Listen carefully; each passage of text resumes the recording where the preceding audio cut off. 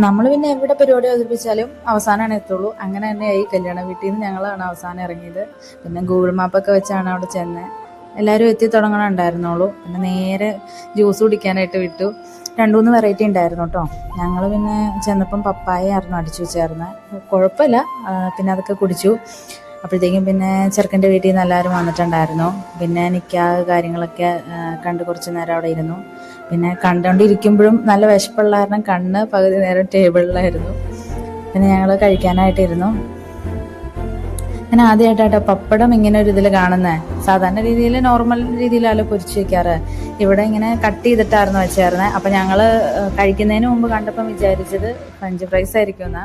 പക്ഷെ കഴിക്കാനിരുന്നപ്പോഴാണ് സംഭവം പപ്പടമാണല്ലോ എന്ന് മനസ്സിലായത്. പിന്നെ സ്റ്റേജിൽ ചടങ്ങുകളൊക്കെ നടക്കുന്നുണ്ടായിരുന്നു. പിന്നെ അത് കാണാനായിട്ട് കുറച്ച് നേരം പോയിരുന്നു. പിന്നെ എല്ലാവരും ഫോട്ടോ എടുക്കാനൊക്കെ ആയിട്ട് പോകണമെന്ന് പറഞ്ഞു. പിന്നെ ഫോട്ടോ എടുക്കാനും ഒക്കെ ആയിട്ട് സ്റ്റേജിൽ കയറി. പിന്നെ ഫോട്ടോയൊക്കെ എടുത്തു കഴിഞ്ഞ് തിരിഞ്ഞപ്പോഴാണ് പെണ്ണിൻ്റെ കയ്യിലുണ്ടായിരുന്ന ബൊക്കെ അവിടെ പുറകിൽ വെച്ചേക്കുന്നതാണെന്ന്. പിന്നെ അതിൽ നിന്ന് 2-3 പൂവൊക്കെ വലിച്ചു പറിച്ചെടുത്തുകൊണ്ട് നേരെ വിട്ടു, ആരെങ്കിലും കാണുന്നതിന് മുമ്പായിട്ട്. പിന്നെ കുറച്ച് ഫോട്ടോഷൂട്ടൊക്കെ നടത്തി. നമ്മൾ മെയിനായിട്ട് ഡ്രസ്സ് ഇട്ട് കഴിഞ്ഞാൽ ഫോട്ടോ എടുക്കണമല്ലോ. പിന്നെ ഞങ്ങൾ കുറച്ച് ഫോട്ടോസൊക്കെ എടുക്കാനായിട്ട് പോയി. അത് ഞാൻ നോക്കിയപ്പോൾ എന്നെ ഐസ്ക്രീമൊക്കെ തീരാറായി എന്ന് തോന്നി. അപ്പോൾ പിന്നെ അത് പെട്ടെന്ന് പോയി 2 മേടിച്ച്. സ്ട്രോബെറി ആയിരുന്നു കേട്ടോ, വേറെ ഫ്ലേവറൊന്നും ഉണ്ടായിരുന്നില്ല. പിന്നെ അതൊക്കെ മേടിച്ച് ഞങ്ങൾ അതിൻ്റെ ബാക്ക് വശത്തായിട്ട് കായലായിരുന്നു. അതിൻ്റെ പുറകിൽ കുറച്ച് നേരം പോയി ഇരുന്ന് കാറ്റൊക്കെ കണ്ടു. 1-2 ആമ്പലൊക്കെ ഉണ്ടായി നിൽക്കുന്നുണ്ടായിരുന്നു കേട്ടോ. മീനുകളൊന്നും കണ്ടില്ല. 1-2 ആമ്പലൊക്കെ കണ്ടു.